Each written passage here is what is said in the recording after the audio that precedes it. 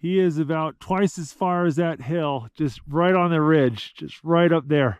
They're almost always around a patch of willows, but this one's just sitting up on the ridge, probably half a mile away. But if I hurry, I can get over there and back before the sun sets. All right, I have to go get my skis on though. All right.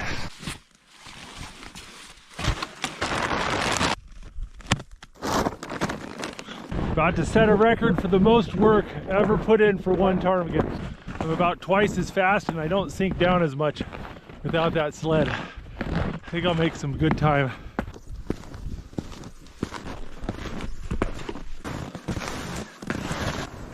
Skiing in my old tracks is a lot easier than breaking trail.